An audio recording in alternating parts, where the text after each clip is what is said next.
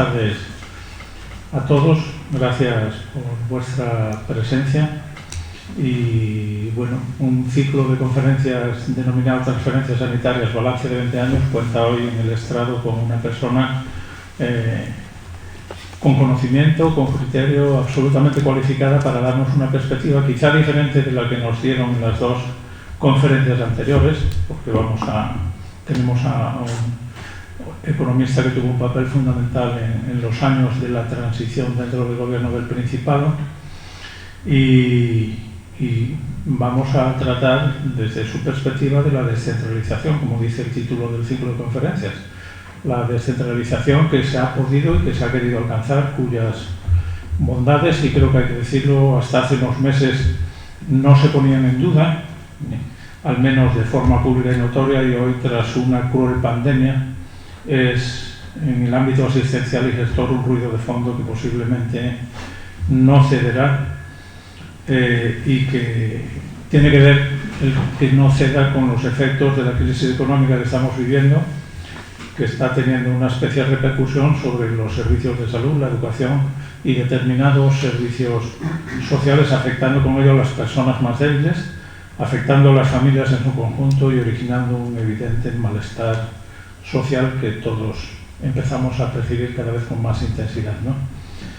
El mantenimiento de los servicios públicos es quizá el elemento más aglutinante de la preocupación ciudadana, me parece a mí, y lo es por una razón bien sencilla, que es que afecta sin excepción a toda la población. Lo que puede ocurrir con el servicio sanitario público nos afecta a todos, y nos va a afectar desde luego a todos con el curso de los años con más intensidad y de forma más importante, ¿no? Ante un horizonte de recesión económica, del altísimo endeudamiento, con una evolución demográfica que lleva a poblaciones cada vez más envejecidas y con un sistema descentralizado de provisión de servicios, todos, creo yo que todos, según hemos comprobado además en las dos anteriores conferencias, todos atisbamos con enormes dificultades para el sostenimiento de un sistema de salud universal, público y de calidad. Desde nuestro punto de vista, desde mi punto de vista particular y por lo que llevamos oyendo en este salón, para encontrar las mejores soluciones es preciso realizar un diagnóstico certero de la situación actual del gasto sanitario, analizar sus determinantes, conocer la realidad de sus determinantes, establecer una etiología de sus desviaciones, que las hay, y realizar un ejercicio de prospectiva sobre los efectos determinantes de políticas de contención del gasto y de cambios en el sistema de provisión, de lo que espero que entre el eminente ponente que tenemos hoy y las personas que están en el salón podamos hacer un perfil, ¿no? En definitiva, las soluciones que se vayan manejando solo se harán eficaces cuando su implantación se base en un conocimiento informado, lo cual tiene una gran profundidad y no me voy a detener en esto, pero es evidentemente el conocimiento informado de lo que estamos haciendo, de lo que se hizo, de lo que estamos haciendo y de lo que puede pasar, lo que va a ser el futuro de nuestro sistema sanitario público. Y todo esto lo vamos desgranando en estas conferencias, en este ciclo de conferencias que empezaron ya hace 3 semanas, y que acoge el Real Instituto como muestra, como decía en las sesiones anteriores, de su preocupación por nuestra tierra, de su conocimiento por las circunstancias de nuestro sistema sanitario. Hoy el título de la conferencia que se va a presentar es Proximidad de servicios versus endeudamiento. El gasto sanitario se duplicó en menos de 10 años. Y el ponente es una persona sobradamente conocida y con prestigio en la vida pública asturiana, don Jaime Rabanal García, el profesor Rabanal García, que es licenciado en Ciencias Económicas por la Universidad de Santiago, es especialista en Dirección Estratégica por la Universidad Politécnica de Valencia, es interventor de fondos del Ayuntamiento, fue interventor de fondos del Ayuntamiento de Ponferrada y de la comarca de Ponferrada y asesor económico financiero del Ayuntamiento de Bellvitge y León. Gerente del Hospital General Princesa Sofía, dependiente de la Excelentísima Diputación de León y gestionado mediante órgano especial, el Consejo de Administración, y fue director económico-financiero del Complejo Hospitalario de León en tiempos del INSALUD. Es profesor, como decía, de la Universidad de León, de la Facultad de Ciencias Económicas, vinculado al área de organización de empresas. Fue director general de Presupuestos y Patrimonio de la Consejería de Economía y Hacienda del Principado de Asturias. Ha sido consejero de Economía y Hacienda del Principado de Asturias y vicepresidente del Consejo de Política Fiscal y Financiera. Ha sido gerente también, ha realizado gestión sanitaria, gerente del área 4 del SESPA, y ha sido representante de la Comunidad Autónoma de Castilla y León en la Comisión de Expertos para la Revisión del Modelo de Financiación Autonómica. Es una persona que conoce de lo que estamos tratando desde hace 2 semanas y que finalizaremos esta aproximación que ha planteado el RIDEA a las transferencias la semana que viene. Pues es una persona sobradamente cualificada que conoce los entresijos de lo que fue y de lo que es actualmente la sanidad asturiana, y que nos va a dar una perspectiva, yo creo que un poco diferente de lo que pudimos percibir en las 2 conferencias anteriores, y desde luego enriquecedora y de tomar notas concretas de lo que nos pueda decir. Don Jaime, gracias en nombre del RIDEA, y escuchamos tu disertación con atención. Muchas gracias, Venancio. Gracias a todos por acompañarnos esta lluviosa tarde. Y quería decir así lo primero, que dicho así como ha dicho el doctor Venancio Martínez, y al RIDEA también agradecerle la invitación, amable invitación para estar en estas jornadas. Dicho diríamos mi currículum, así todo seguido, casi me apabulla a mí mismo. Es verdad, yo al final creo, estaba pensando en ello, según lo decía, he intentado ser un buen servidor público, y a eso me he dedicado muchísimos años, mucho tiempo, con mucha intensidad, y generalmente con muy buena gente, con muy buenos equipos que estaban allí cuando yo llegué. Nunca traje a nadie de ningún sitio, eran simples funcionarios. Algunos están aquí, o algunas, perdón, están aquí ahora, que tiene que ver, y luego intentaré hacerlo un poco más académico, tiene que ver con la idea que yo tengo del servicio público y específicamente del Sistema Nacional de Salud.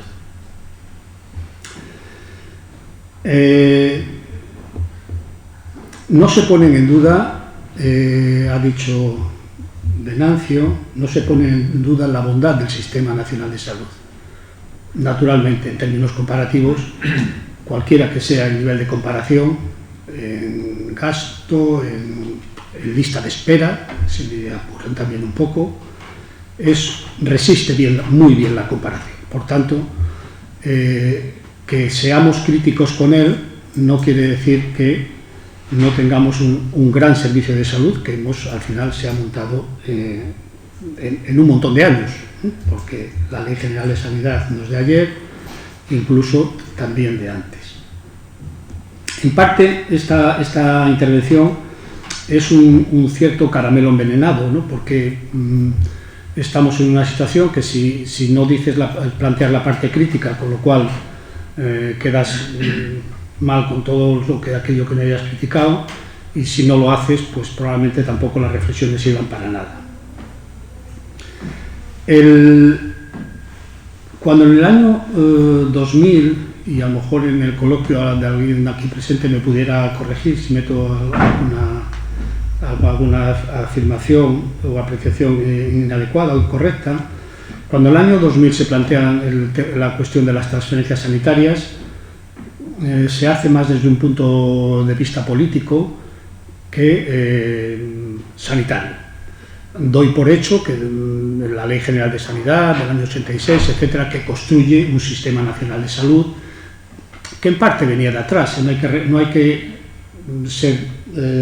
que recordar, creo, que el INSALUD, el Ministerio de Sanidad y Consumo, es del año 77, tiene que ver con con Adolfo Suárez, presidente del gobierno, con Fuentes Quintana, vicepresidente económico, y se crea el ministerio, se crea el INSALUD y algunas otras cosas que luego espero poder decir. Por tanto, pero es verdad que veníamos de un régimen de aseguramiento, que la ley del 86 plantea pues, la universalidad y la equidad como principios básicos del sistema.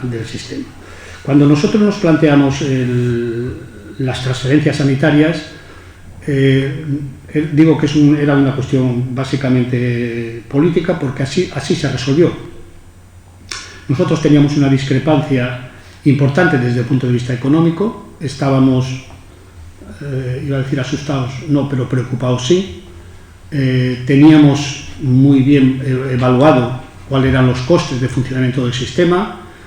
Creo que estábamos hablando de en torno a 100 en el año base, que por cierto coincide en aquel momento con la puesta en marcha del nuevo modelo de financiación 2001-2004, que era por primera vez se incorporaba la sanidad al modelo de financiación.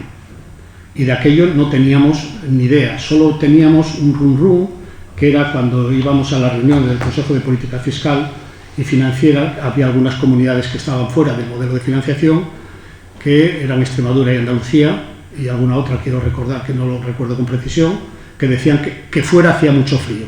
Y a nosotros, como fuera no estábamos, pues no hacía frío, pero dentro nos iba a parecer que iba a hacer demasiado calor.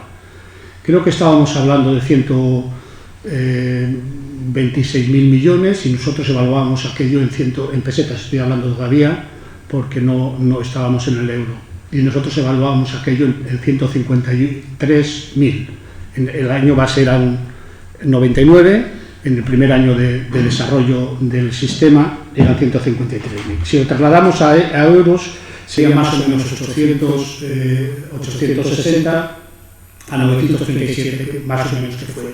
Y lo que nos preocupaba y nos asustaba en cierto modo era la posibilidad del déficit, de ahí el título, el endeudamiento, el déficit, porque además era el momento en que se estaban poniendo en marcha todas las políticas de fondos europeos, los fondos FEDER, etcétera, etcétera, y de nuevo el Tratado de Maastricht, que no solo creaba la Unión Europea, sino que establecía unas restricciones al gasto público realmente importantes, que a lo mejor ahora mismo ya no nos acordamos, pero hablaba del 3% del déficit, 60% de deuda, del equilibrio fiscal, de ese tipo de cosas que después hablaré. Y eso, en aquellas condiciones, a nosotros nos daba un poquito de repelús. Y además, en toda aquella situación, estaba el nuevo UCA, que luego tuve la suerte, y le agradezco a quien tomará las decisiones para nombrar de gerente, a participar en el traslado del UCA, es decir, del traslado del viejo UCA al nuevo UCA. Pero es decir, en aquel momento había que construir, ya habíamos iniciado con un proyecto o con el encargo de una redacción de un proyecto internacional, etcétera, que el proyecto del nuevo UCA era un proyecto muy viejo en Asturias. Para Asturias era importante, había apostado desde el principio por hacer un hospital nuevo y además en un espacio que ya estaba definido desde el punto de vista urbanístico, que es la actual Calellada, etcétera, etcétera. Y el INSALUD en aquel momento estaba apostando por la reforma de lo que había, que es lo que se hizo prácticamente en todos los sitios, y aquí incluso también se pretendió hacerlo, y nosotros nos preocupaba que se vinculara la financiación o incluso alguna financiación específica para el nuevo UCA a su permanencia en el viejo, etcétera, porque éramos conscientes de algo que luego comprobamos. Ahí está Valdecilla, ahí está Son Espases, ahí está Toledo, ahí está Granada, para ver León, sin ir más lejos, para ver lo que es reformar un hospital en plena actividad, dotado de varios edificios, con todo lo demás que luego hablaremos, con actividades, culturas, etcétera. Yo pude ver incluso en el año 2012, cuando llegué al viejo UCA como gerente del área cuarta, que ni siquiera nosotros controlábamos servicios que nos parecían, digo la estructura organizativa, parecían que son mínimamente, es decir, no sabíamos qué pasaba en el escáner de silicosis. Yo recuerdo encontrar a alguien por las jardines y por allí que decía que iba a hacerse un escáner, un TAC a silicosis, porque en el otro lado no se lo hacían. Y sin más, allí no había lista de espera, porque lo manejaban de otra manera. Es un ejemplo de algunas cosas de las que me pasaba. En consecuencia, el momento de la recepción de las transferencias, nosotros habíamos acordado con el resto de las comunidades autónomas el nuevo modelo de financiación en julio del año 2001, creo, y se incluía la financiación de la sanidad ya, con población, etcétera, dispersión, etcétera, edad mayor de 65, con esas variables en las que no voy a entrar.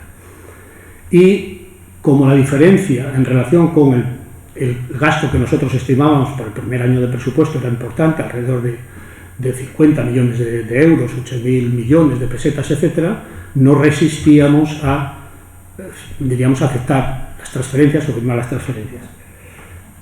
Finalmente, el gobierno de Madrid decidió que el que no estaba el que no recibía las transferencias no había financiación autonómica. Y en ese momento, pues el gobierno, con su presidente, etcétera, decidieron aceptar las transferencias sanitarias y firmar el decreto de transferencias a finales, no sé si no fue incluso después de Navidad, no recuerdo las fechas con exactitud, pero yo creo que fue casi en el límite del tiempo. Y dicho ahora y después, yo creo que no fue un error, no fue un error. Es verdad que luego, desde el punto de vista, y no querría entrar mucho en el caso de Asturias, por no ser, en cierto modo,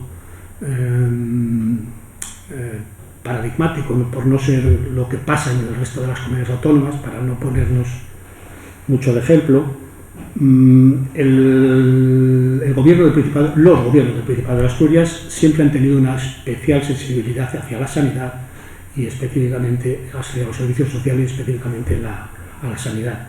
De hecho, pues el gasto público destinado se duplicó, como dice en el año 2010, pero en términos de gasto per cápita, Asturias, después del País Vasco, que tiene una financiación casi el doble que la asturiana, por el sistema de cupo, es el segundo de mayor dotación, de más gasto per cápita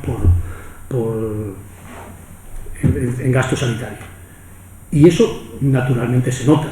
Es decir, no solo a lo largo de todos estos años se han desarrollado servicios sanitarios, el UCA y otros, el Hospital de Mieres, la integración de Arriondas, todos los centros de salud, etcétera, que se han construido, no solo se ha dotado de servicios, se ha hecho inversión, y muy importante, sino que se ha mantenido el gasto, voy a decir contra viento y marea. No es verdad, porque la crisis del 2008-2012 supuso también una reducción muy importante del gasto también en Asturias. Pero en todo caso se ha mantenido en términos comparativos una orientación de que los servicios sanitarios, el Sistema Nacional de Salud es un servicio fundamental. Y eso se mantiene hasta hoy y por tanto tiene también dotaciones, incluso en términos de personal, etcétera, superiores a las medias. Me gustaría, a partir de ahí, hacer una pequeña referencia al UCA, para poder dar algo de coloquio al UCA. Como hospital, el UCA fue, en todo su proceso de construcción, fue, diríamos, muy criticado, como todas las cosas que hacen los gobiernos y critica la oposición, hasta informes de la Sindicatura de Cuentas, dado que está el presidente aquí ahora, pues lo recuerdo, que hay informes críticos en relación con la bondad de Gispasa. Por cierto, se financió básicamente con un préstamo del BEI que nos ayudó mucho a corregir los defectos que tenía el proyecto, por cierto, es decir, porque trabajaban con mucho rigor. Y el UCA se hizo en un momento con una sociedad pública, no de las, con perdón, que no quiero molestar a nadie, de las de Madrid, no, una sociedad de titularidad pública, con el objetivo, que sigue existiendo por cierto, con el objetivo de hacer la gestión pública, construir hospitales, y que el endeudamiento no viniera al presupuesto del Principado, porque si tenía un esquema, que no voy a entrar en él, un esquema de beneficio, de coste-beneficio, que teóricamente lo tenía, porque el Principado le pagaba a la empresa por lo que hacía, no computaba déficit. Luego esas reglas cambiaron en el 2008 y toda esa deuda se vino al Principado, etc. En todo caso, el Principado en este momento también tiene un nivel de endeudamiento en términos comparativos bajo. Y sí plantearé algo de Luca porque fue una decisiones que tomamos en su momento, naturalmente escuchando a los expertos en relación con lo que era el proyecto inicial. El proyecto inicial estaba bien concebido, respondía, y si uno hace alguna excursión de estas sanitarias por algún hospital de España y lo compara con el UCA, pues verá que hay algunas diferencias en relación con la ubicación, en relación con las circulaciones, en relación con la vocación ambulatoria, todo ese tipo de cosas. El UCA tenía algunos problemas que en el año 2000, cuando se concibió, no estaban bien, no se habían pensado todavía, que era toda la idea de la oncología, toda la cirugía mayor ambulatoria, que es muy importante, los temas de rehabilitación, etc. De tal manera que modificamos el proyecto y hicimos, no sé si eran 40 o 50.000 metros más de construcción, que son adicionales, etcétera, etcétera, con todos los problemas que eso tuvo, una comisión de investigación en el Parlamento, etcétera, pero en todo caso el UCA está ahí. Yo creo que en la pandemia ha demostrado no solo que tiene buenos profesionales, que es un activo fundamental del Servicio Nacional de Salud, los de aquí, los de allí y los de cualquier sitio. Sin ellos no hay nada que hacer, aunque haya, como en todos los sitios, de todo. No solo que hay buenos profesionales, sino que tenía una estructura capaz de responder a unas situaciones como esta. Es decir, tenía una dotación de unidades de críticos, el doble que lo había en la antigua, no sé si estarán en 140, 150 unidades de críticos, no lo sé, o Marisa lo sabe, el doble de lo que había en el UCA y muy por encima de lo que hay en términos comparativos por ahí en otras comunidades autónomas, en otros hospitales. Eso le permite dar una respuesta positiva a una situación como es la del COVID, a todos los enfermos críticos, que es una respuesta que ya estaba en la literatura y que se lo incorporamos a los servicios, a la construcción. Querría plantearme, más allá de estas cuestiones, ¿dónde estamos? 20 años después, 22 años después, y 40 de la ley de sanidad, etc. En una situación que tiene, en un análisis que tiene poco que ver, y diré una cosa desde el principio, en sanidad sabemos ya, desde hace muchos años, que más no siempre es mejor, y me refiero a más recursos económicos. No quiero decir con eso que no necesitemos más recursos económicos, pero los problemas del Servicio Nacional de Salud no son solo de dotación económica, de gasto sanitario. Tenemos problemas, diría, de otro tipo, iba a decir organizativo, no, de sostenibilidad social. Tenemos por delante, creo, algunas cuestiones que tenemos que ser capaces de enfocarlas adecuadamente. Conviene, desde el punto de vista del gasto, y no solo del gasto, sino desde el punto de vista organizativo, hacer un poquito de memoria. y nos situamos en el año 86, la Ley General de Sanidad, el INSALUD, la universalización, conviene también señalarlo, las huelgas médicas, que en aquellos momentos hubo, el problema de las compatibilidades, que nadie lo recuerda, pero las hubo, y como consecuencia movilizaciones en contra, etcétera, etcétera. Pero en el año 91 hay un informe que se llama Abril, que nadie quiere oír. Abril Martorell era el vicepresidente, que nadie quiere hablar de él, pero que se plantea, luego lo tiramos en el cajón como los que diré después. Se plantea qué hacer con el sistema, y es verdad que proponía soluciones probablemente que están fuera de contexto, pero la base del informe Abril es que del 86 al 91 lo que se ve es que el gasto sanitario se va disparando, y el gobierno de Suárez, Fuentes Quintana a la cabeza, que fue el que hizo la reforma fiscal que todavía estamos, diríamos, disfrutando, se plantea qué hacer con aquello. Hay, a lo largo de todos estos años, en muchos informes, nosotros hacemos muchos informes, luego llevamos pocos. En Asturias, por ejemplo, hicimos un libro blanco en el año 2000, antes de las transferencias, para preparar las transferencias. Si leyéramos algunas de las recomendaciones, no lo voy a hacer, si leyera algunas de las recomendaciones que decía el libro blanco en relación con los temas integración primaria especializada, que es una cosa que seguimos haciendo, que seguimos diciendo, y algunas otras cosas, sería sorprendente. Nosotros cargamos un informe a ELOLA, un informe en 2010, volvemos a lo mismo, ¿no? Sería conveniente volver a releer aquello. En los años 2005, 2007, el Consejo de Política Fiscal y Financiera también hizo algún informe en relación con el envejecimiento y el gasto sanitario, porque tenía que ver con la financiación autonómica y los que teníamos una población, que por cierto ahora mismo pues debe estar en torno al 30%, ¿no?, superior a 65 años, con lo cual el envejecimiento se va disparando y seguimos disparando con las mismas armas de hace 40 o 50 años, como si tuviéramos una población de las mismas características.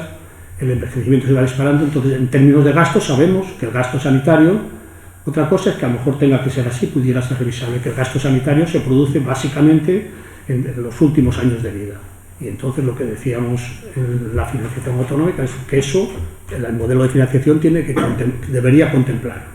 Y por tanto, el Consejo de Política Fiscal y Financiera hizo algunos informes en ese sentido.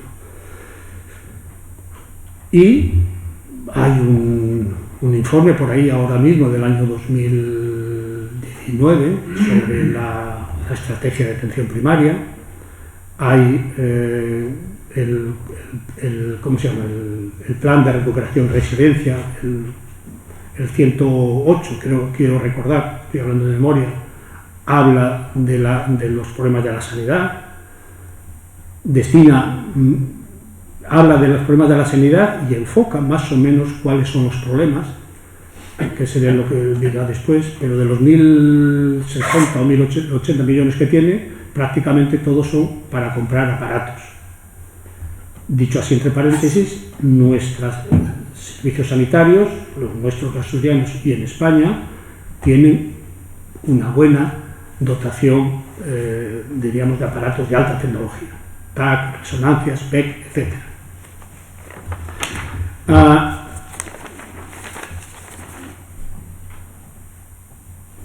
Yo creo que la cuestión está entonces, tenemos un problema que tenemos nuestro gasto sanitario, por decirlo así claramente, por problema más esto, nuestro gasto sanitario en términos comparativos con nivel de renta estará ahora no lo sé con precisión, pero en torno al gasto público, 6 y algo % del PIB, en términos comparativos es inferior al gasto de los países del europeo, de la OCDE, aunque nuestro sistema en términos de resultados está muy por encima. pero nuestro gasto sanitario es importante. Ya ha tenido, también conviene señalarlo, porque si no, no se entendería lo que está pasando ahora. No hemos recuperado los niveles de los años anteriores a 2008, 2009, 2010, si es el momento en que empiezan a caer. El gasto sanitario cayó de manera abrupta, a lo mejor en torno al 12-15% en el periodo con la crisis 2008-2012.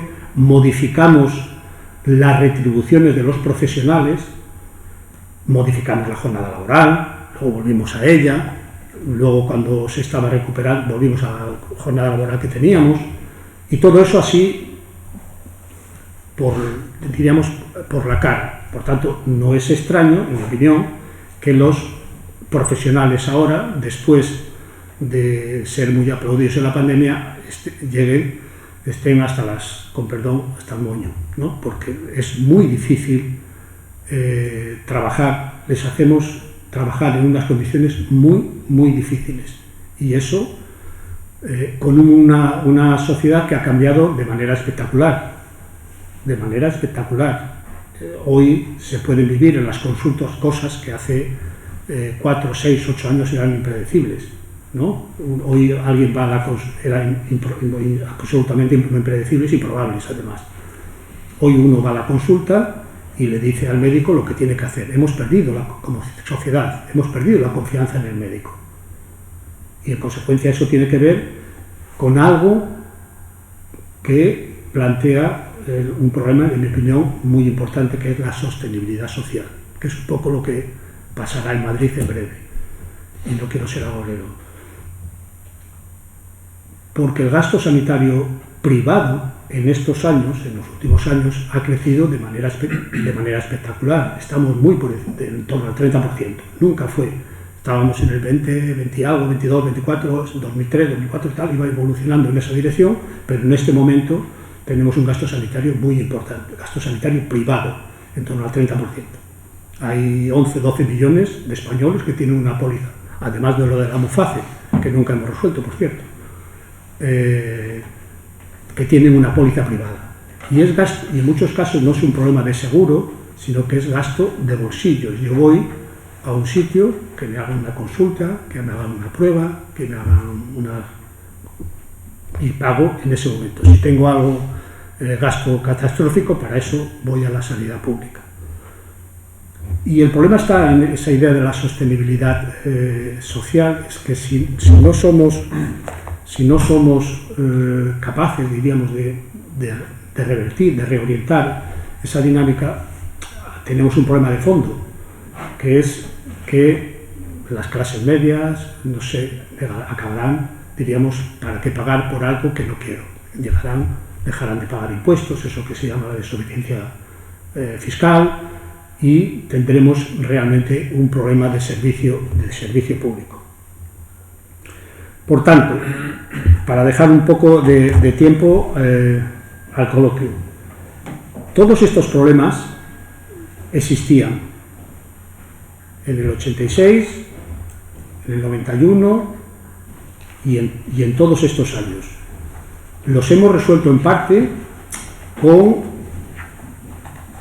el sacrificio de los profesionales, y lo digo así porque luego diré 2 pinceladas después. ¿Cuál es el nivel de interinidad o de temporalidad que hay en los servicios públicos de salud en general? ¿50%? Cerca, 40%.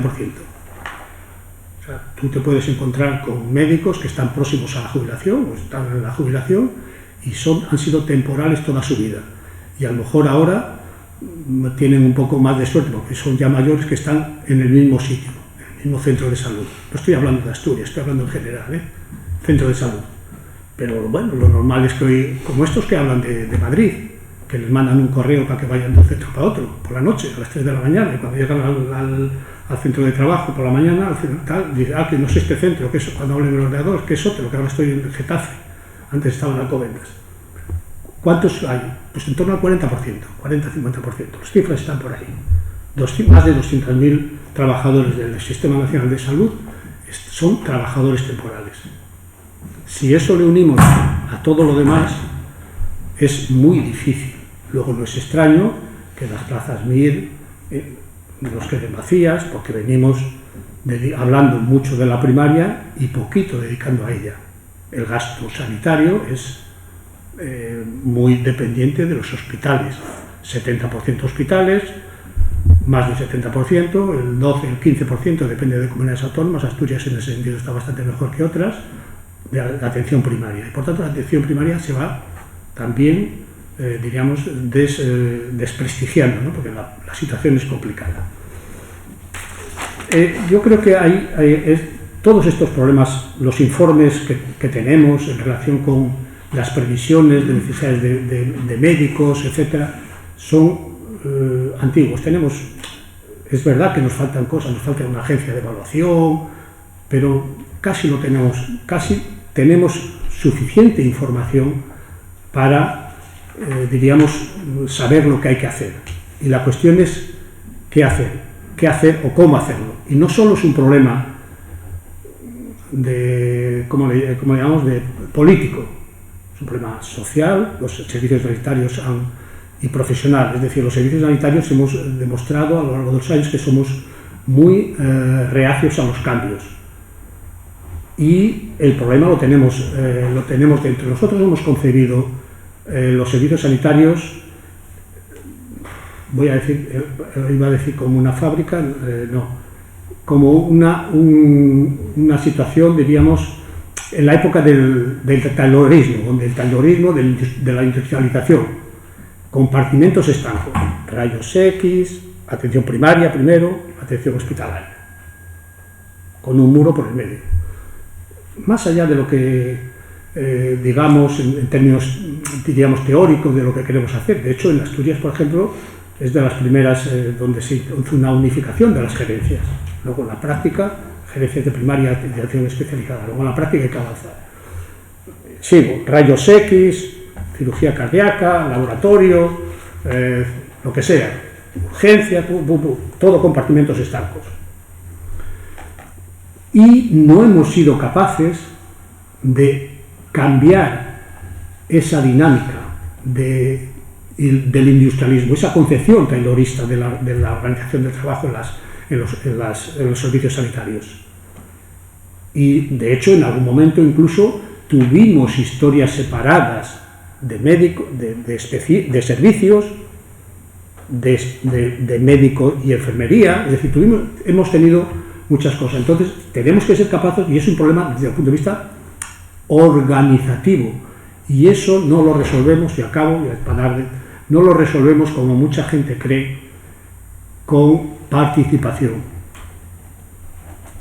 Vamos a escuchar a todo el mundo, que todo el mundo diga lo que piensa, etcétera. Todo eso planteado sin una orientación precisa y clara, sin disciplina organizativa, sin disciplina presupuestaria, no nos lleva a ningún sitio más que a la ineficacia o la ineficiencia. Por tanto, para terminar, tenemos un problema de sostenibilidad económica.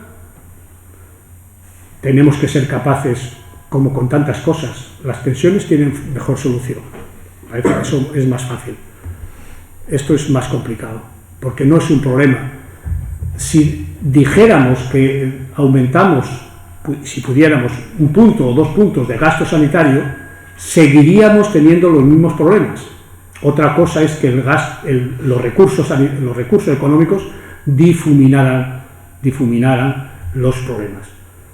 Venimos de una situación en la que los profesionales en su conjunto hicieron la prueba del 9, dieron una respuesta al COVID que nunca habríamos esperado, en una situación de autoorganización casi. Cuando eso acaba, empiezan a surgir los problemas que vienen, por no ir más atrás, de los recortes de los años 2008-2012, de la caída del gasto, etc. Tenemos un problema, en mi opinión, de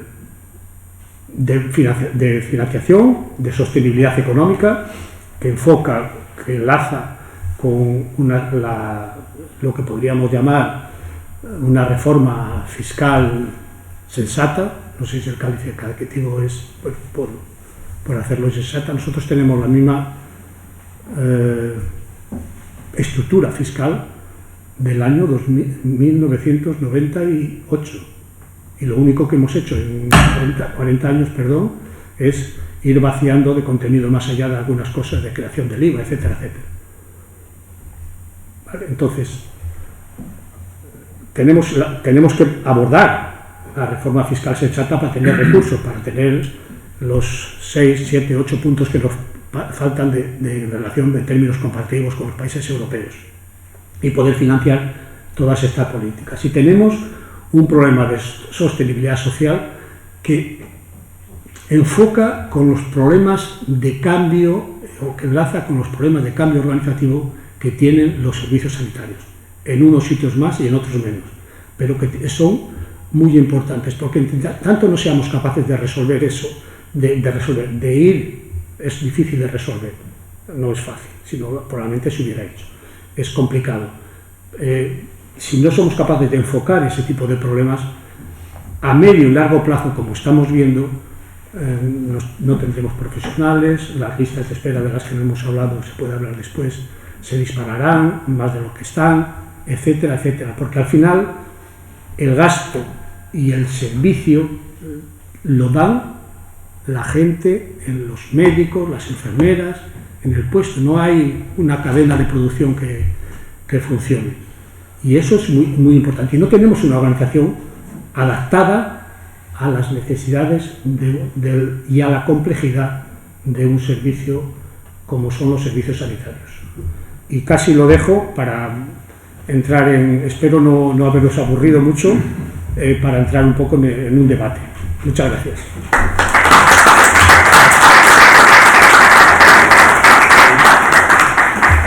Muchísimas gracias, don Jaime. ¿Dudas, comentarios, preguntas? Me imagino que no serán pocas. Dudas muchas. ¿No hay extranjeros que vienen aquí a que les financien la sanidad pública de España? Sí. Los que vienen de turismo. Bueno, menos de lo que salen en los telediarios. Es una desgracia, esa sí que es una desgracia. El tratar la normalidad como espectáculo. Ya. Sí, porque ahora los niños tienen bronquiolisis y van por la calle, los encuentras. Eso es un problema. Pero a eso hay que hacerle frente. A ver, es verdad que los extranjeros son residentes en España y tienen derecho, después de la reforma del decreto del 12, como españoles residentes, tienen derecho a asistencia sanitaria. Pero no es que vengan del Magreb a recibir sanidad aquí, ni siquiera los alemanes, Ese es un problema que no lo hemos entendido, ese que habla, porque los medios de comunicación trabajan de una determinada manera que conforman la opinión. Es decir, ¿cómo puede ir alguien a un médico a decir, no, mándeme un TAC? O sea, pero no que vas en camilla con la cabeza rota, con perdón, como yo. Cuando eso lo analizas en términos reales de funcionamiento del sistema, de costes, es una cosa extraordinaria. Eso es una cosa extraordinaria. Y es verdad que no tenemos, pero tenemos un atlas de variabilidad de la práctica médica que es extraordinario. Es decir, si comparamos un hospital, yo qué sé, una cesárea, las cesáreas, en los hospitales y tal, es que sabemos cuándo va a dar la luz, mañana. El viernes, no, mañana no tienes cesárea, pero si es el sábado, digo, por ejemplo, que no lo recuerdo, sí, y si es el 1 de enero, seguro, el 70% de posibilidades. Todo eso lo sabemos, pero no lo utilizamos en la gestión. Lo sabemos y lo saben los médicos, lo saben también muchos médicos, pero tenemos que ser capaces de utilizar esa información en la gestión en beneficio del paciente, y eso requiere profesionales motivados, integrados, respaldados, porque el día que yo no le doy le firmo el TAC para que vaya a hacer la lista de espera al paciente, acto seguido viene, con perdón, el gerente Y como ha hecho una reclamación, me pone por escrito por qué. Lo hago 3 veces, porque bueno, soy un profesional que todavía lo tengo claro. A la 4ª vez, quieres lo que quieras. Y esto es lo que nos está sucediendo en la práctica. Bueno, Que luego hay... Sí, perdón. Lo que la sanidad pública privada se eleva el coste. Yo el otro día fui a hacer una ecografía al centro médico. Claro, porque si no vas al un médico de cabecera que no puede pedir una ecografía, o sí, que me da igual, pero en general no puede pedir una ecografía para ese paciente que te sigue, vas al servicio al hospital que te corresponda y te dan la ecografía para el 2025. Por eso. Ese es el problema que tenemos, porque no es que no sea posible, realmente. Si fuéramos capaces de resolver la integración de primaria y especializada, todo ese tipo de cuestiones que hemos enunciado, claro que es posible. Tenemos medios y recursos para ello, y profesionales. Lo que pasa es que si no somos capaces de organizarlo, pues no los tenemos. Las cuestiones, sí. Sí, yo también cuento mi caso, que yo fui a hacer unas gafas porque no veía bien y me daba alergia y bueno, me hicieron las pruebas y vi que tenía tensión en los ojos. Me preguntaron a ver si había tenido alguna familiar, le dije que había tenido un tío que tenía glaucoma y eso, y me dijo, vete corriendo a tu médica de cabecera, eso, y que te miden eso. Bueno, pues estoy esperando, eso fue en diciembre, a finales de diciembre del año pasado. Estoy esperando que me llamen ahora. Tuve que acudir a la pública, a la sanidad privada, a los Vega, que me llamaron inmediatamente, me pegaron ya 2 veces, una de cada hoja, y solucionaron el problema, porque yo no tenía glaucoma, lo que tenía era que el orificio de salida del líquido muy pequeñito, entonces me ampliaron un poco más y me dijeron que estaba solucionado. O sea que pude, si lo dejo, acabo en glaucoma, como mi tío. Entonces que la situación es así. Y también quería decir otra cosa, que te obligan a la fuerza y que un médico privado, que tenga su consulta, que tenga una señorita que te acompañe, que tenga otra señorita que te llame cuando es... que tenga un despacho a todo lujo. Bueno, yo pienso que la sanidad privada que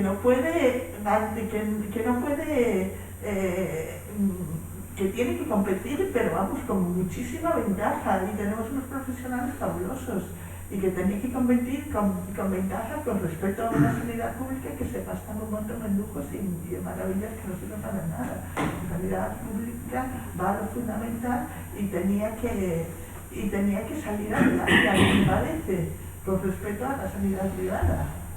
Y no está siendo así. Y otra cosa que quería preguntar es lo de Arre de Rey, de la regeneración que no tiene encina. ¿Qué opinión tiene sobre Arre de Rey? ¿Del? ¿Sobre? Arre de Rey, el que dice que nos vamos a regenerar en unos años. Ya. Bueno, no está mal. Ojalá. No, también quiero decir que a veces los... No, yo no soy médico, soy algo aficionado a la biología y poco más.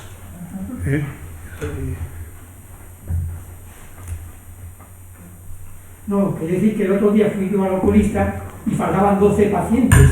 Y no sé por qué faltan 12 y pueden llamar a decir que no vamos a ir. Pero llamaron a 12 y a 12 faltaban. Eso ya no es culpa de sanidad, es culpa del paciente. Evidentemente no es culpa del profesor Jaime Rabanal. Sí, Jaime, yo quiero felicitarte por tu conferencia. Gracias. Y yo creo que incluso por lo que no has dicho, porque claro, tú estuviste en la cocina de la transferencia sanitaria probablemente junto al fallecido presidente Areces seas la persona que más sabe de este asunto porque lo viviste, como digo, en primera persona, ¿no? Mencionaste muchos temas, pero voy a picarte en uno en concreto, ¿no? Una vez ya transferida, el gobierno del Principado en tu época intentó poner orden, voy a dejarlo así, en el tema de las compatibilidades médicas o incompatibilidades. Aquello no salió del todo bien, ¿no? Es decir, cuéntanos lo que nos puedas contar, cómo es ese asunto y en todo caso, ahora ya 20 años después, ¿cuál es tu opinión sobre el asunto? Bueno, no, sí se puede contar. Nosotros planteamos la idea de la dedicación exclusiva. Es decir, que se quiera dedicar a la pública, se dedica a la pública, lo que decía la ley de la función pública, usted se puede dedicar a la compatibilidad si se la concede, en otros horarios, etcétera, y si es solo hospital, tiene un complemento que era, no recuerdo el que fuera. Tuvimos problemas y al final no lo hicimos. Quedó simplemente, porque ese es un problema importante, el tema de los incentivos. El tema de los incentivos en salud, que no solo son económicos. Son muy importantes, que nosotros no manejamos. Es decir, solo pensamos que los médicos se mueven por dinero. No. Los trasplantes en este país, que es un éxito, tienen poco que ver con el dinero. Es verdad que tienen un coste de financiación de la estructura, pero lo que tenían fundamentalmente era una especialización tecnológica y una reputación. Y eso es lo que le retribuía al profesional, y por eso quería estar en el sistema de trasplantes. Eso lo intentamos abordar. Se abordó incluso en el 86, bueno, no, porque a lo mejor muchos no saben, había un presidente del Colegio de Médicos de Madrid que se llamaba Ramiro Rivera, que a lo mejor alguno todavía lo recuerda, supongo que a lo mejor no, que tuvo el Ministerio grandes problemas en Madrid con los médicos por el tema de las compatibilidades. Eso se intentó, es decir, diferenciar entre la pública y la privada, pero con un sistema positivo. No fue posible y aquello quedó en términos retributivos, etcétera, quedó en nada. Marisa. En primer lugar, agradecerte, Jaime, la conferencia y valorarte. Llevamos muchos años desde las transferencias con ocasionalmente vidas paralelas, ¿no? En primer lugar, agradecerte que plantees el tema del gasto, ¿no? A la hora de enfocar la sostenibilidad del Sistema Nacional de Salud, ¿no? Yo creo que una de las cuestiones que a mí por lo menos más me preocupan es el modelo. Si verdaderamente queremos un Sistema Nacional de Salud, habría que pasar por él, fundamentalmente por vertebrar desde el punto de vista de la nación un sistema que verdaderamente lo integra y que haga que el Consejo Interterritorial, pues, por ejemplo, sea vinculante y no sea un órgano como el que es ahora mismo, ¿no?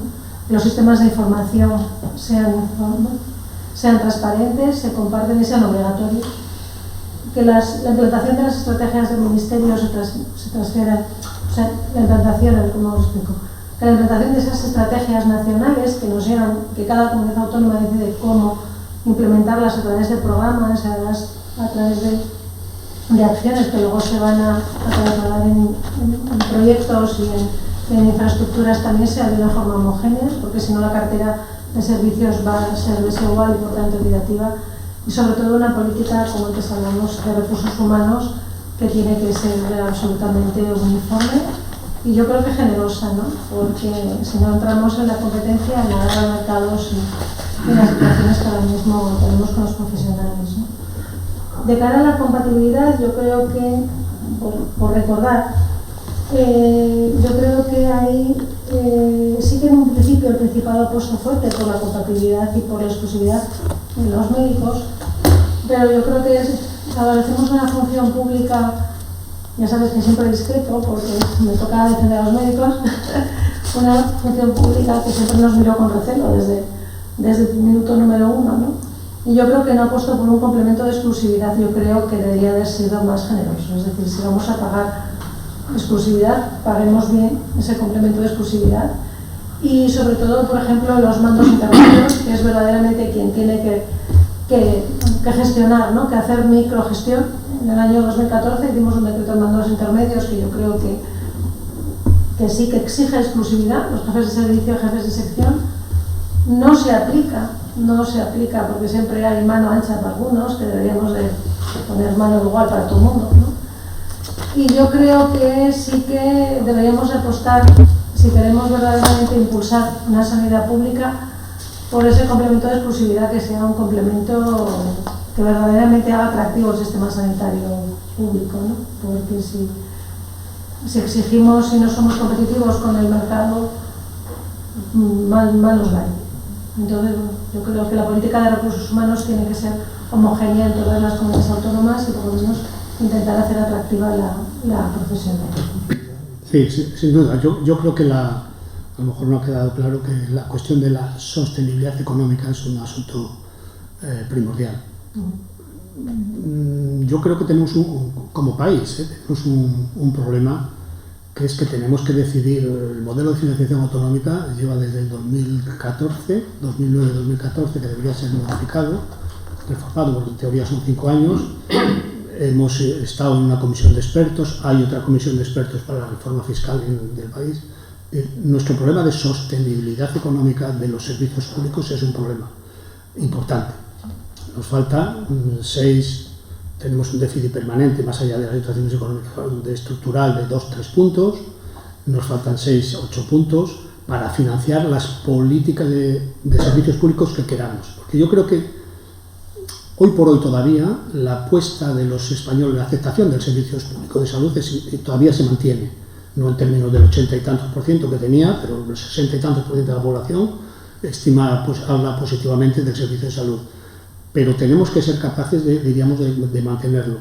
Yo creo que la primera parte es la parte económica, que yo, si quiere, sería más optimista, me parece más fácil resolverlo.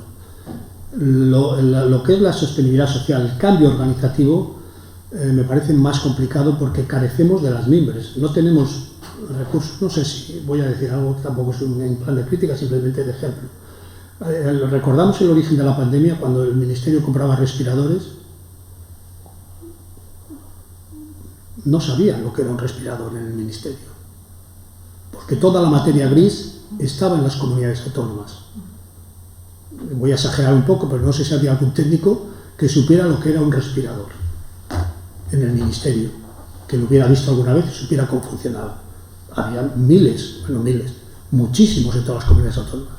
Y eso es un problema que tiene que ver con el Consejo, con el papel del Ministerio como planificador, con todas esas cosas. Y eso requiere algo que no se improvisa, que es personas formadas, capaces en la micro y mesogestión, jefes de servicio, gerentes, y eso es más complicado. No lo hacemos de un día para otro. Coincido contigo, la política de recursos humanos en el Ministerio, la última oposición que hizo de funcionarios del Estado es la mía del año 98. Sin embargo, el Ministerio de Hacienda sigue sacando año a año oposiciones de técnicos de Hacienda. El Ministerio de Sanidad, la última del año 98. Y hemos hecho una funcionalización, voy a llamarlo así porque no me sale otra palabra, como consecuencia de los fondos Next por una exigencia de la Unión Europea, porque teníamos un nivel de temporalidad que la Unión Europea no nos aceptaba. Entonces nos hemos comprometido en este componente 108, si es que es el 108, que no recuerdo, un componente que tiene que ver con la salud, intentando consolidar el empleo. Y eso no es una solución, es una solución para mucha gente, pero no es una solución para el sistema. ¿Más cosas? Yo pienso que si una persona enferma tiene que darle dejar de trabajar. ¿Una persona enferma? Si una persona enferma que tiene que pagar el Estado, luego tiene que tener a una persona que le cuide. Luego si muere, ya es el acabose del acabose, porque todo lo que se había enviado. Entonces no sé si es más investigar, porque nuestros estudiantes también se marchan para afuera porque no estará también la raíz del problema ahí, en que los mejores investigadores estén fuera y no se investiga lo suficiente para que los médicos tengan buenos medicamentos para curarnos. Porque lo otro, yo no sé si alguien ha mirado los costes de las bajas laborales y los costes de las jubilaciones y los costes de las muertes, que eso ya no tiene coste ninguno. O sea, quiero decir que es infinito. O sea, porque los que se van no quieren irse y los que nos quedamos llorando. Sí, probablemente en parte es un efecto de la globalización. A lo mejor nosotros en España quiero decir, la hemos descubierto tarde. No, la ciencia es casi, con todos los respetos, es casi mundial. Ahí se comparte el conocimiento y el nivel científico de la sanidad y de los servicios sanitarios españoles son extraordinarios, de primer nivel. Quiero decir que uno puede esperar que le hagan una cirugía cardíaca, no voy a decir en no sé dónde, no, aquí, en Oviedo, en cualquier sitio, que se haga peor que en cualquier hospital de Estados Unidos, el Mount Sinai. No, los médicos españoles profesionalmente están muy bien preparados y muy bien formados. Ese no es el problema. Nosotros tenemos problemas, yo creo que de otro. Si fueran esos, sería relativamente fácil la solución, ¿no? Nosotros tenemos problemas que tienen que ver con la dinámica y el cambio en las organizaciones. Y si no somos capaces de enfocar eso desde el punto de vista global, tenemos, más allá de excepciones que las hay, tendremos un problema grave, claro. ¿Don Justo? Sí, buenas tardes. Yo agradecer a Jaime que, bueno, tuvimos mucha relación desde el año 2000, a través de la concertación, y fundamentalmente, pues, discutiendo, hablando y aprendiendo cosas de la sanidad pública asturiana. Y por lo tanto le agradezco y agradezco a la idea que este es un tema importante y que se trate, ¿no? Yo lo que quería era poner el punto donde realmente creo que está el problema. Yo, el elemento más paradigmático en Asturias es el UCA, porque si el UCA, desde el punto de vista político, se hubiese defendido de forma universal por todos los partidos políticos asturianos, yo creo que su puesta en marcha hubiese sido más fácil, mucho mejor y mucho más fructífera. Pero cuando un partido político defiende que siga lo viejo y otro partido político defiende y argumenta que tiene que ser lo nuevo, poner algo en marcha es muy difícil. Por lo tanto, el primer elemento es que realmente se crea la sanidad pública y se quiere potenciar la sanidad pública para mantenerla en unos niveles altos, y yo soy de los que creo que es compatible perfectamente la sanidad pública con la privada, cada uno desarrollándose en aquellos campos en los que se tiene que desarrollar. Es más, el que va a la sanidad privada está descargando a la pública de trabajo, por lo tanto puede beneficiar a los que realmente se quedan en la pública. Y otro de los elementos que también me preocupan es preguntarle a Jaime si cuando hubo las transferencias en el año 2000 era quitarse el gobierno central un muerto de encima y pasar una transferencia que luego no traía la mochila económica detrás para poder progresar y dinamizar a nivel autonómico la sanidad, o realmente se hizo de forma buena el decir, oye, lo vamos a dar porque la gestión tiene que ser más cercana, etcétera, etcétera, pero ahí os va la mochila económica para que en los próximos años podáis poner esto en marcha. Y por último, está la carrera profesional. Se ha puesto en marcha la carrera profesional. Y yo lo que digo es, la carrera profesional realmente, esos incentivos mejoraron el sistema e incentivaron a los profesionales para desarrollar su labor, ¿o no? Empiezo por el final. No, la carrera profesional fue un fiasco. Al final no la aplicamos. Una cifra absoluta. No la aplicamos. Es decir, no aplicamos como teóricamente podría haberse hecho. No, al final se transformó en un plus más como el de antigüedad. Punto y final. O sea, la carrera profesional. En relación con las otras cuestiones, yo no discuto tampoco el papel de la sanidad privada, etcétera. No es el tema. Yo creo que nosotros tenemos una idea, digo, como país, es decir, cuando se hacen las encuestas de valoración de la sanidad pública, salen en general bastante bien. Es verdad que ahora han bajado, ¿no? Pero nunca habíamos estado en una situación como esta, en el sentido del peso de la privada, de la cantidad de personas, que aquí algunas han salido que tienen un seguro privado, de la enormidad de las listas de espera, de este tipo de cosas que hacen una valoración muy presente, muy cercana. Pero en los años 2012-2015 hubo una idea que a lo mejor algunos lo recuerdan, en Granada, que había un personaje por allí, en Granada, que querían integrar 2 hospitales y no fueron capaces de hacerlo. Simplemente no había un personaje por ahí que era un médico de urgencias, tal, que fue salía en todos los medios de comunicación, etcétera, etcétera. Y no fueron capaces de integrar los 2 hospitales, de tal manera que ahora mismo están separados, que es como si el Monte Naranco dependiera de la Consejería de Trabajo, y hasta poner para ser cooperativo. No fueron capaces de integrarlo, porque las organizaciones, el proceso de cambio de las organizaciones, hay que manejarlo como, diríamos, hay que manejar la literatura, y eso requiere, como dice la literatura, es muy complicado manejar organizaciones muy complejas, con tanta gente tan bien preparada, con un conocimiento de lo suyo tan profundo.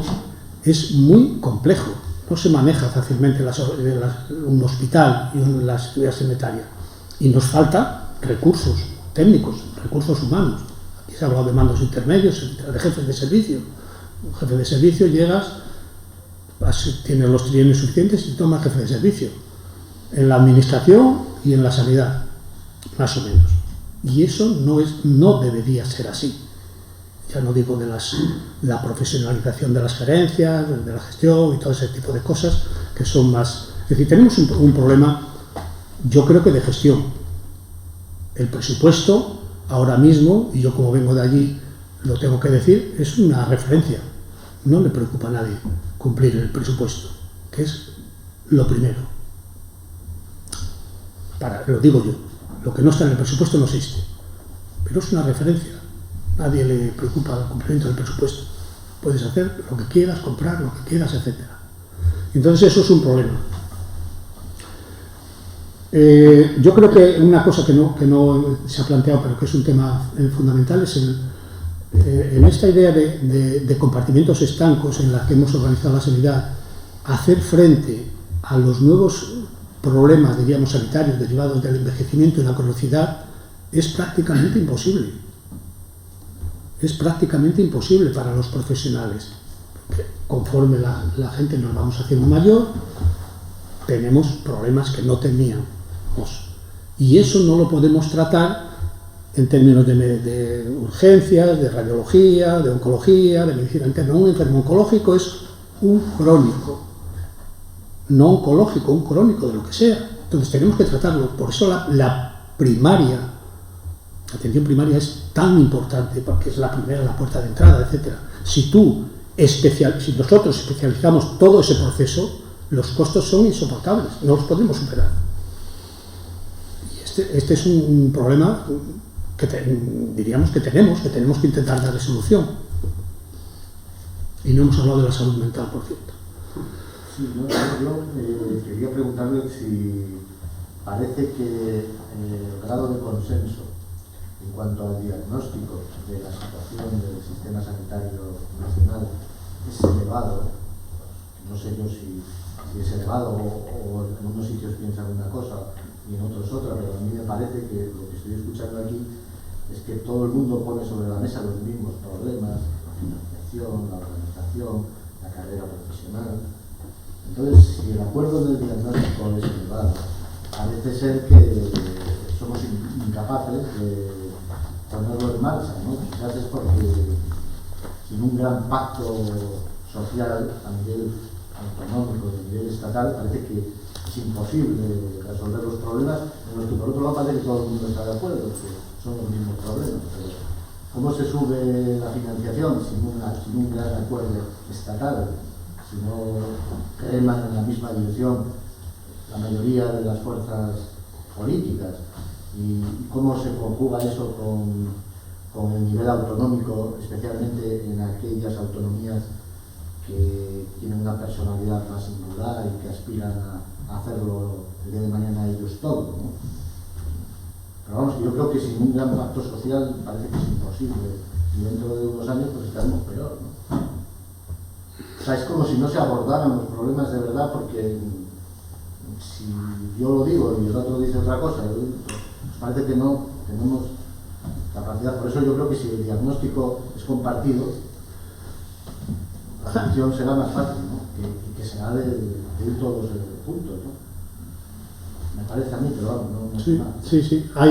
Pero eso, dicho así, es muy fácil, sí, pero exacto. hacerlo en marcha. Hacerlo es un poquito más complicado, ¿no? Ya, hacerlo es mucho más no, yo creo que ahora mismo, bueno, estamos en una situación en la que se puede afirmar que el diagnóstico y las grandes, diríamos, orientaciones están perfectamente definidas. Es decir, no creo que haya nadie en la atención Sistema Nacional de Salud que se oponga a la integración, definir así, de la primaria y la especializada.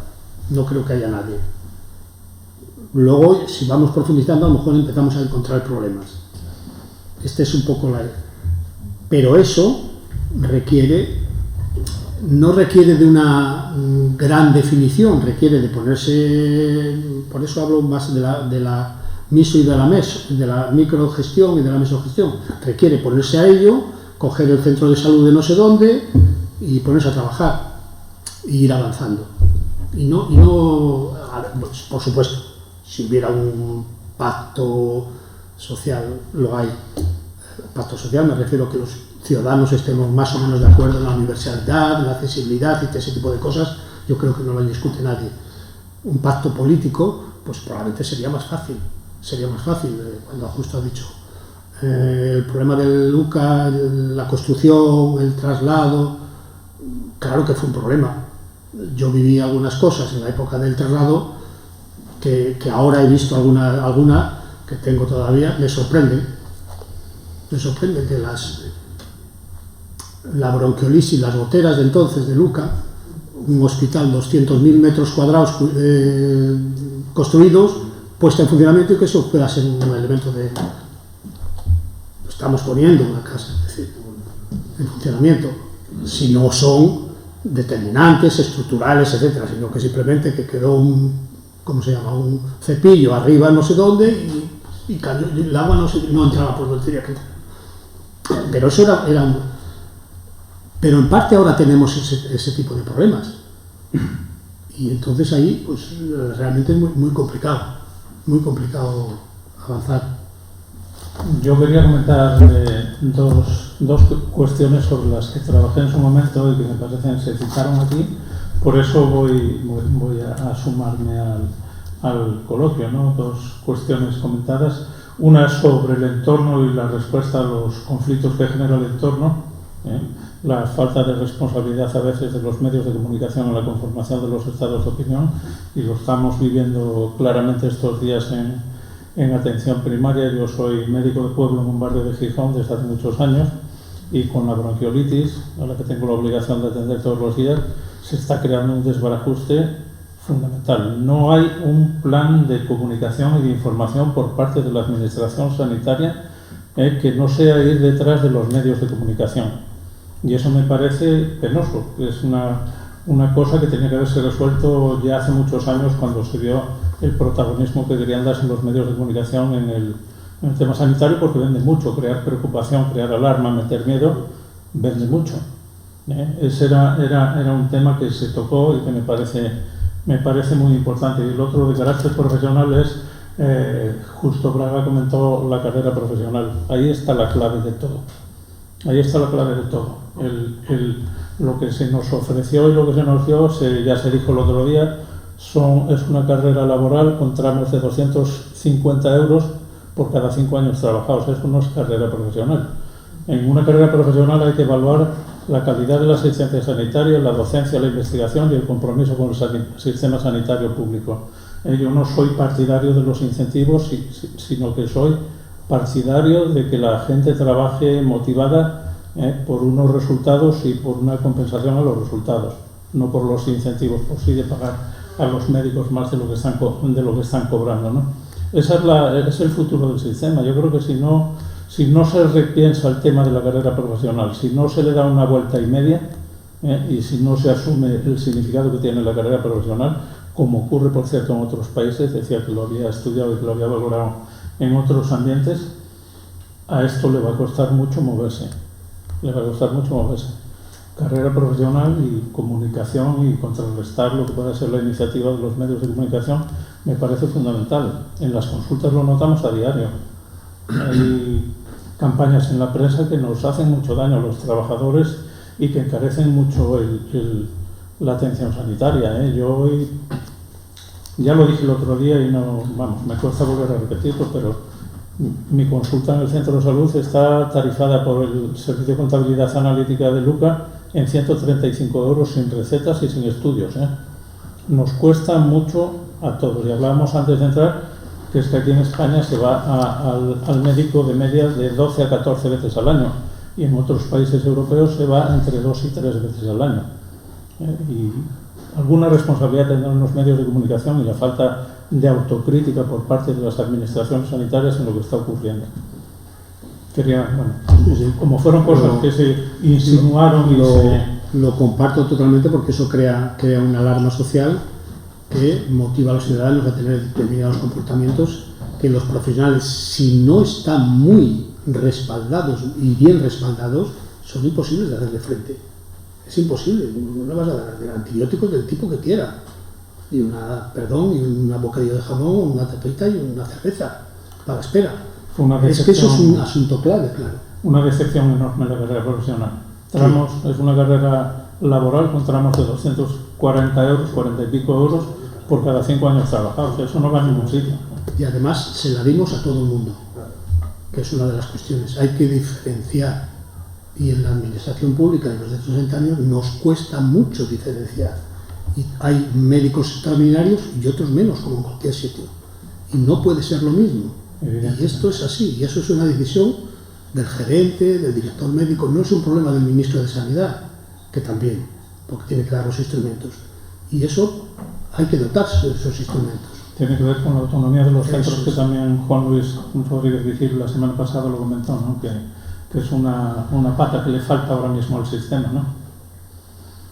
Bueno, pero el problema de la carrera profesional es de toda la administración. De toda, sí, vamos. Es decir, yo estoy harto cuando en mi etapa de director de la Biblioteca de la Universidad de Oviedo de firmar objetivos de no sé qué historias que al final pues realmente no era nada, o sea, eran rellenar puros papeles para que la gente cobrase lo que dices tú. No recuerdo exactamente cuánto, pero cada tramo era pues de 200 y pico euros, ¿no? 242 nosotros.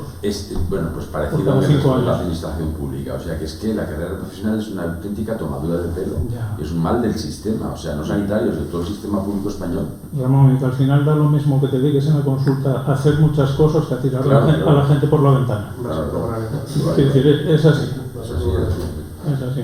Pero en todos los ámbitos. Sí, más allá de que en lo personal creo que el gran drama es San Google, porque todo el mundo accede en forma directa o a través de algún familiar a internet y ya se imagina que tiene el cáncer de no sé qué, entonces debe meter presión al médico, y que coincido que las políticas de comunicación deberían ser realmente centrales e impactar sobre la población, porque tampoco tiene mucha lógica que la gente no sepa en general que acá se consume 3 veces más consultas que en otro país europeo perfectamente comparable, porque eso va a generar necesariamente el triple de demanda. En última instancia, que los médicos me perdonen, la oferta y la demanda también existen en la medicina.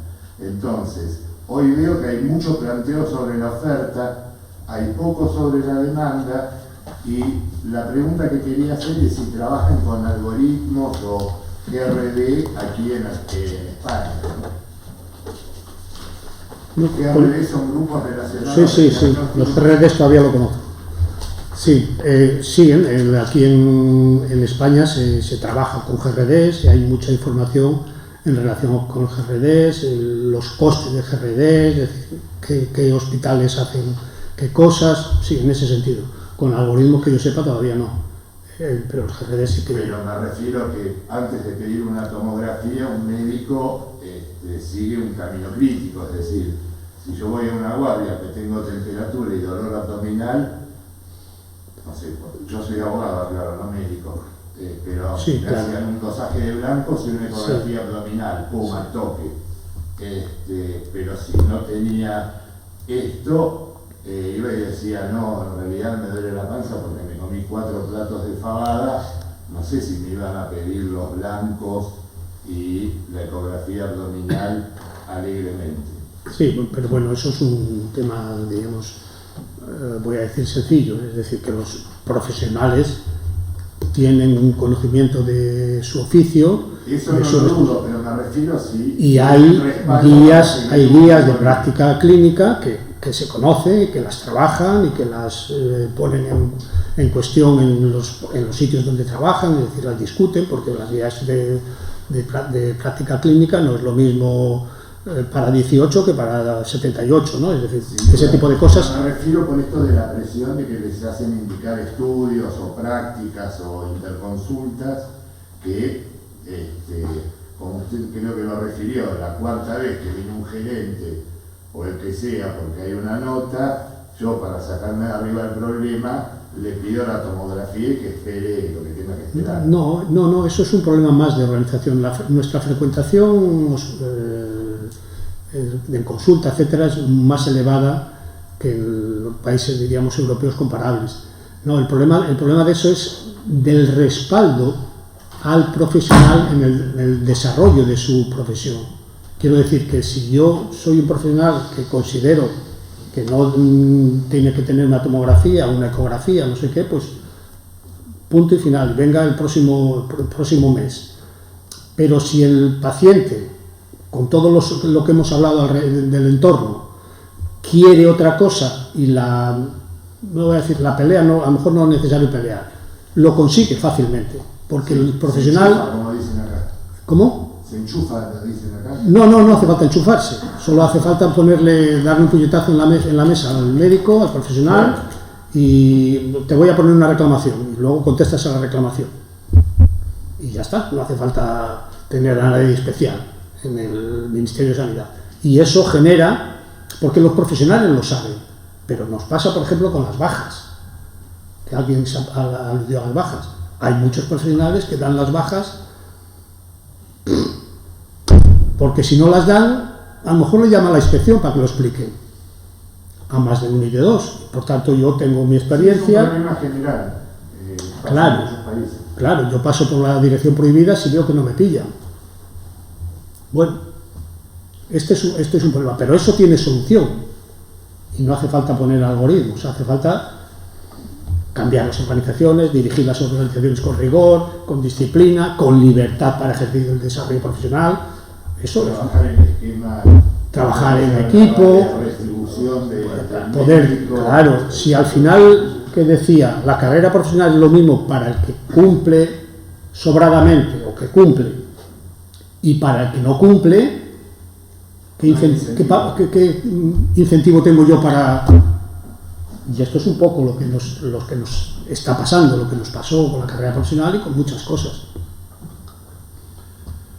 ¿Alguna cuestión más? Sí, yo quiero hacer una última cuestión que no es una pregunta, simplemente que se mencionó aquí en lo de salud mental, y yo digo que tengo una enfermedad mental desde hace muy pequeña y yo espero mucho de esta gente de salud mental, todos los profesionales, médicos, enfermeras, etcétera, porque a mí me han sacado adelante.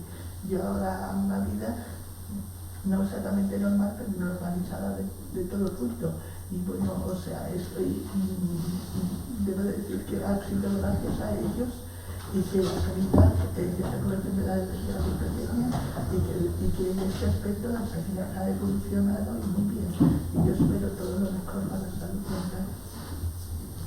Para los pacientes, vamos, porque a mí me ha sacado adelante. Yo, porque no es, voy a decir, no quiero autocitarme, yo participé en la integración de un servicio de salud mental en un hospital general. Estamos hablando del año 86, con la ley de sanidad. La salud mental estaba en la calerillada. No era una enfermedad. Hoy es, gracias a todos, es una enfermedad reconocida, bueno, es una patología reconocida y ahora mismo es mucho más, es decir, también hay elementos como la cronicidad, que no se trata como estamos acostumbrados, como están montadas nuestras organizaciones. Y eso tenemos que prepararnos para hacer frente a esa, porque si no, dejaremos gente fuera, los principios generales que nos han informado en todo este tiempo de la accesibilidad, la igualdad, etcétera, etcétera, no los podremos cumplir. Pues la semana que viene, el día 29, el martes 29, a la misma hora, se tratará del desarrollo de transferencias sanitarias y retos actuales por parte del actual consejero Pablo Fernández Muñiz.